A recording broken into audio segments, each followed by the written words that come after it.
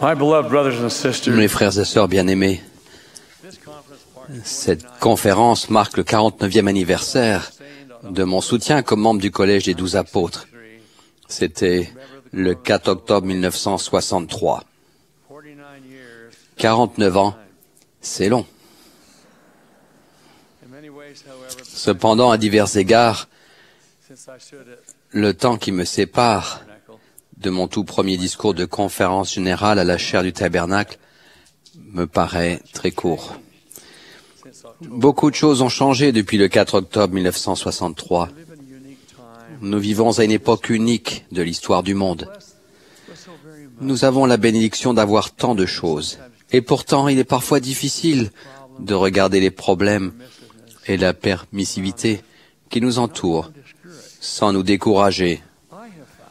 J'ai remarqué que si au lieu de nous attarder sur le négatif, nous prenons du recul et examinons nos bénédictions, notamment celles qui paraissent insignifiantes et quelquefois négligeables, nous pouvons connaître un plus grand bonheur.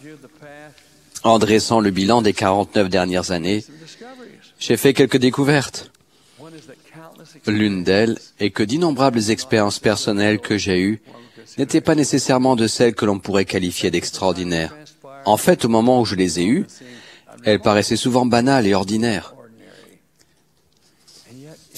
Et pourtant, rétrospectivement, elles ont été un enrichissement et une bénédiction dans la vie de certaines personnes, notamment la mienne. Je vous recommande ce même exercice. Faites le bilan de votre vie et cherchez tout particulièrement les bénédictions, grandes et petites, que vous avez reçues. Mon propre examen de ces années n'a fait que renforcer ma connaissance que nos prières sont entendues et exaucées. Nous connaissons bien la vérité énoncée dans 2 Néphi, dans le livre de Mormon. Les hommes sont pour avoir la joie. Je témoigne qu'une grande partie de cette joie nous est donnée lorsque nous reconnaissons que nous pouvons communiquer avec notre Père céleste grâce à la prière et que ces prières seront entendues et exaucées. Peut-être pas de la manière que nous espérons, ni au moment où nous l'attendons, mais elles seront exaucées. Et cela par un Père céleste qui nous connaît et nous aime à la perfection et qui désire notre bonheur. Ne nous a-t-il pas promis?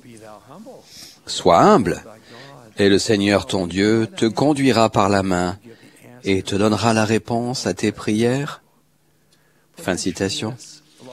Pendant les quelques prochaines minutes qui me sont imparties, je vais vous raconter un minuscule échantillon d'expériences personnelles au cours desquelles des prières ont été entendues et exaucées et qui, rétrospectivement, ont apporté des bénédictions dans ma vie ainsi que celles d'autres personnes. Mon journal intime, tenu pendant toutes ces années, m'a aidé à retrouver certains des détails dont, très vraisemblablement, je n'aurais pas pu me souvenir autrement. Au début de l'année 1965, je suis chargé d'assister aux conférences de Pieux et de participer à d'autres réunions dans l'interrégion du Pacifique Sud. C'est la première fois que je me rends dans ce coin du monde. Et ce sont là des jours inoubliables. Beaucoup d'événements de nature spirituelle vont se produire pendant que je m'acquitte de cette responsabilité en rencontrant les dirigeants, les membres et les missionnaires. Le week-end des 20 et 21 février, nous sommes à Brisbane, en Australie, pour une session ordinaire de la conférence du Pieux de Brisbane. Au cours des réunions du samedi, le président du district d'une région voisine m'est présenté. En lui serrant la main, j'ai la forte impression que je dois lui parler et lui donner quelques conseils. Je lui demande alors s'il veut bien m'accompagner à la session du dimanche matin, le lendemain, afin que cela puisse se faire. Après la session du dimanche, nous avons l'occasion de passer un moment ensemble. Nous parlons de ses nombreuses responsabilités de président de district.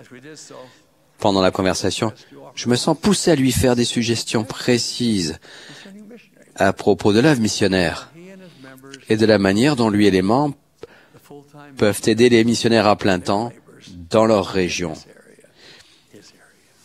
sa région. Plus tard, j'apprends que cet homme avait prié pour recevoir l'inspiration à ce sujet. Pour lui, notre rencontre est un témoignage spécial, que ses prières ont été entendues et exaucées.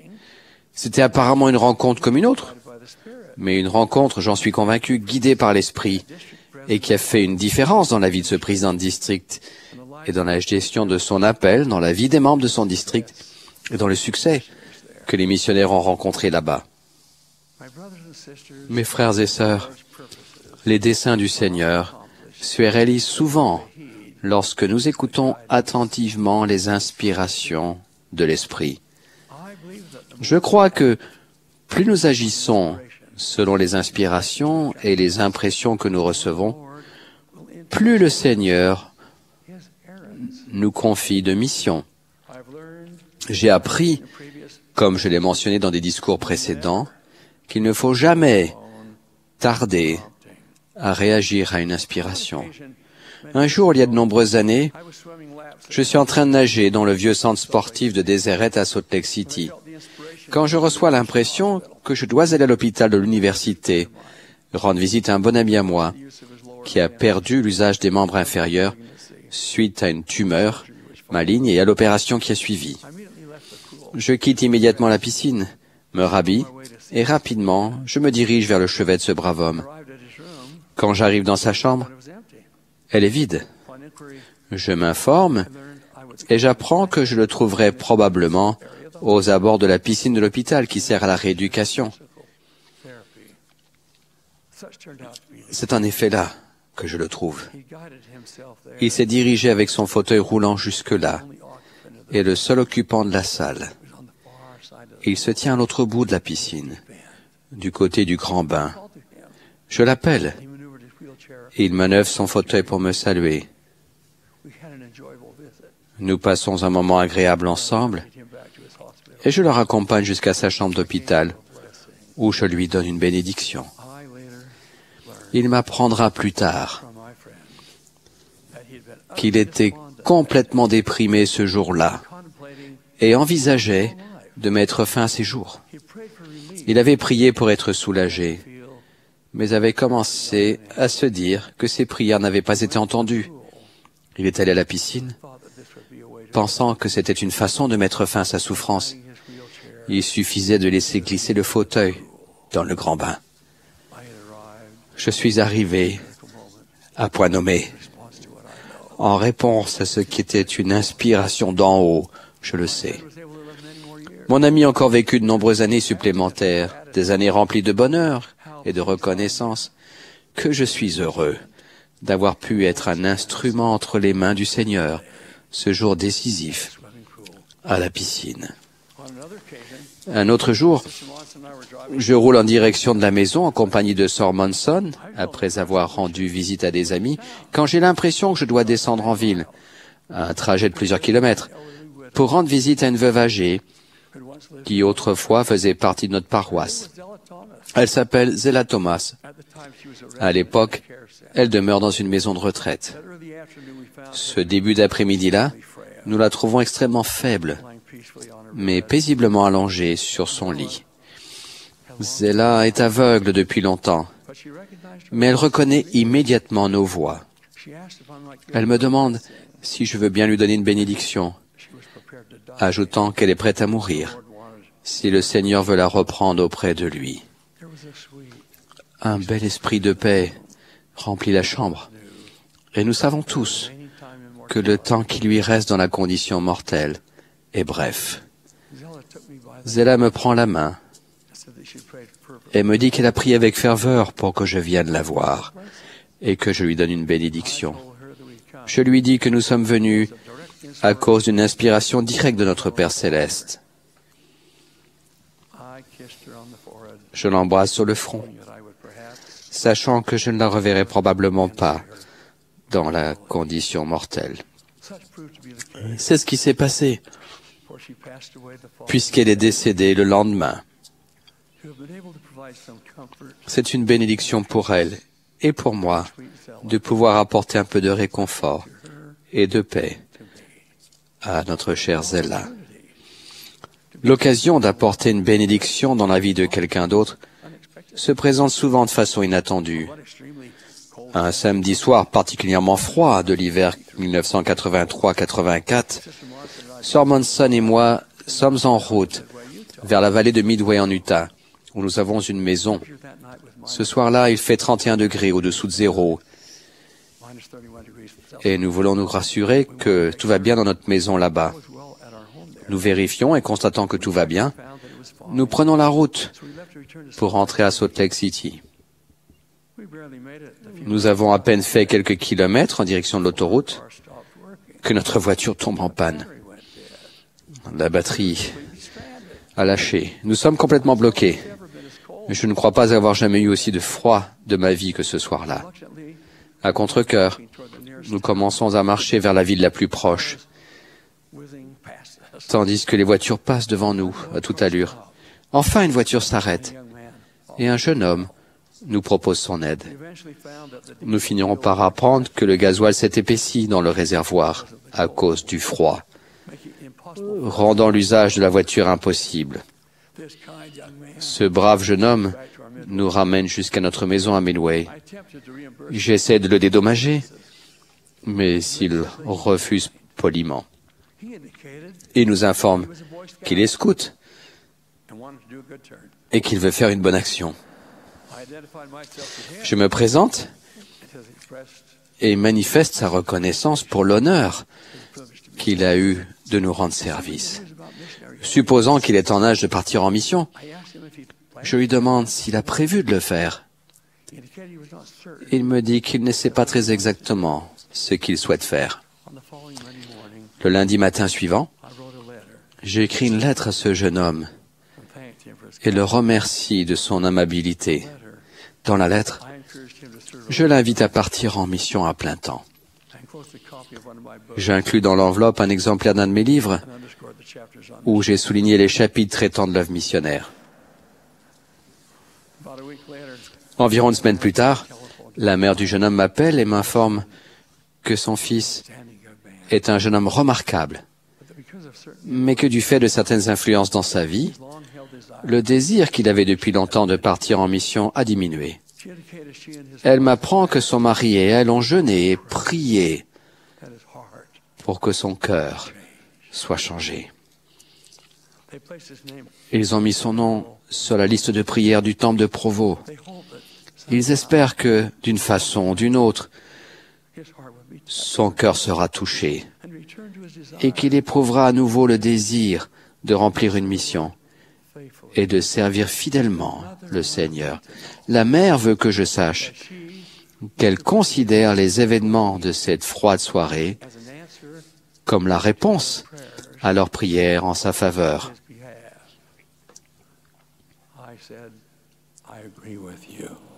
Je suis de son avis, lui répondis-je. Au bout de plusieurs mois et de plusieurs communications avec ce jeune homme, Sir Monson et moi-même sommes enchantés d'assister à ses adieux missionnaires avant son départ pour la mission de Vancouver, en Colombie-Britannique, au Canada. Était-ce un hasard si nos chemins se sont croisés cette froide soirée de décembre? Je n'y crois pas un instant. Je crois plutôt que notre rencontre était la réponse aux prières sincères d'un père et d'une mère, aux prières du cœur pour le Fils qu'ils chérissent. Mes frères et sœurs, je le répète, notre Père céleste est conscient de nos besoins et nous aide lorsque nous l'invoquons pour recevoir son secours. Je ne crois pas qu'aucun de nos soucis soit trop petit ou trop insignifiant. Le Seigneur est présent dans les détails de notre vie. Je vais terminer par une expérience récente qui a touché des centaines de personnes. Cela s'est produit à l'occasion du spectacle culturel du Temple de Kansas City il y a à peine 5 mois.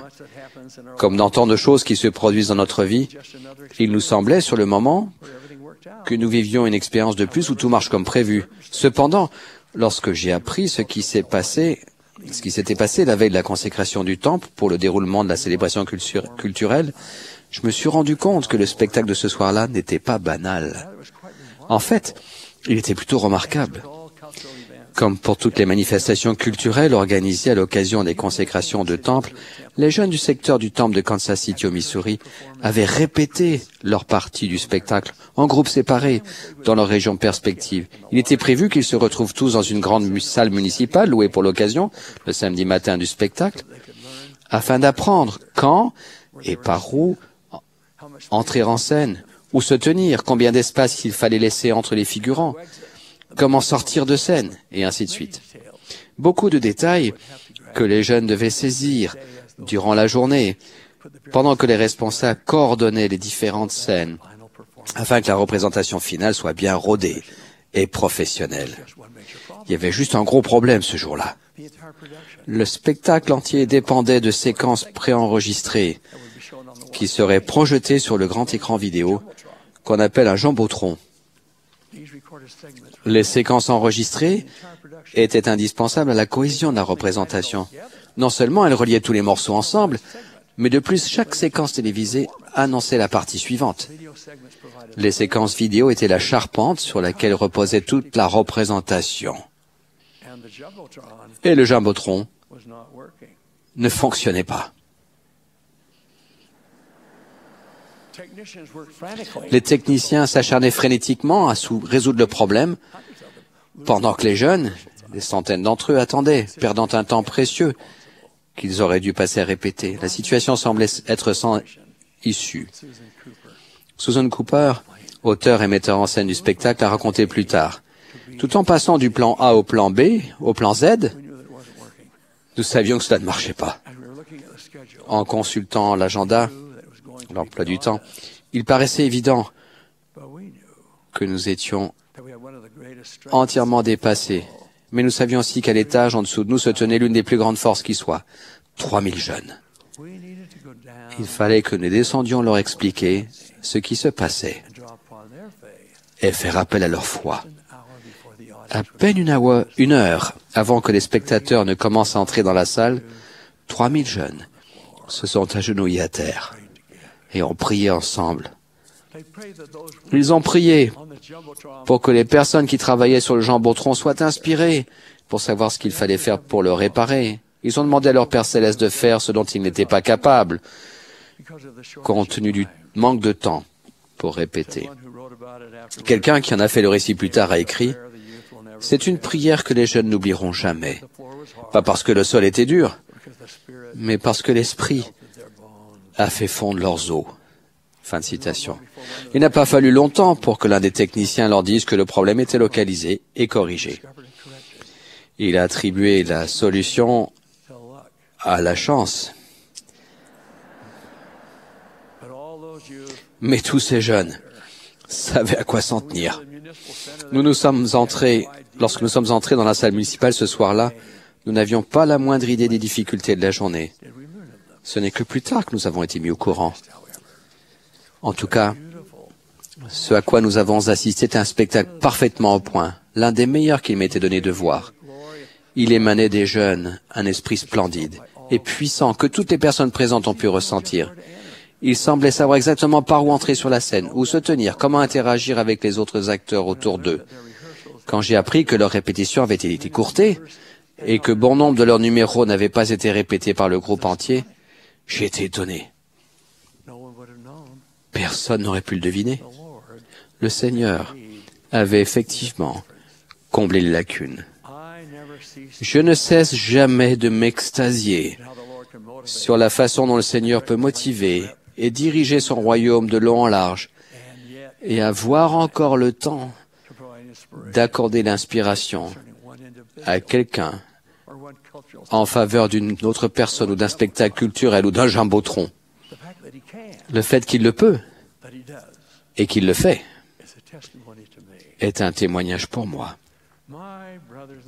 Mes frères et sœurs, le Seigneur est présent dans la vie de chacun de nous. Il veut nous bénir, nous donner des bénédictions. Il veut que nous demandions son aide. Du fait qu'il nous guide et nous dirige, et qu'il entend et exauce nos prières,